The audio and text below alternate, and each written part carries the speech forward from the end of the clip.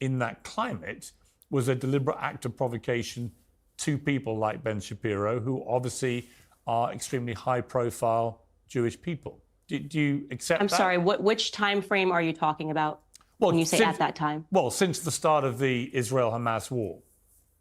Yeah, no. So that phrase, if you're talking about when it began to be a scandal, because I think everyone was quite confused when there was suddenly this narrative that it could be construed as anti-Semitic, which is why it required so much explaining by people of when it became anti-Semitic.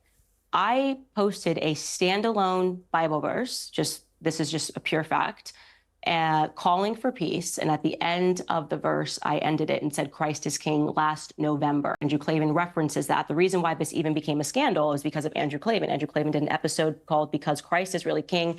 And then he accused me wrongly of spitting that phrase at a Jew.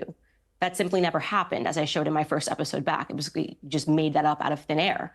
I posted a standalone Bible verse, and I wrote at the end of it, Christ is King. Every media person in the world is contacting you globally, asking you to give a comment, to say something. It's obviously a very traumatizing thing to go through in the moment when you're that pregnant and suddenly you're like, I just don't want to deal with this drama. I don't mean like trauma in the very leftist, I feel traumatized by this, but just it's a lot happening leading up to birth.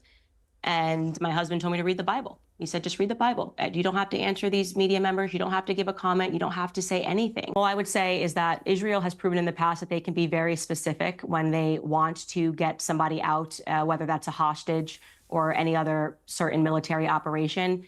And what I am seeing happening, forgetting the specific language of a genocide, is something that I'm using my platform to speak out against, because at the end of the day, it doesn't matter to me what the media calls me. I've had every headline. I do not believe that they are being careful in what they are doing. I think it has been it seems to me, the destruction of the hospitals and the schools and of the UN buildings.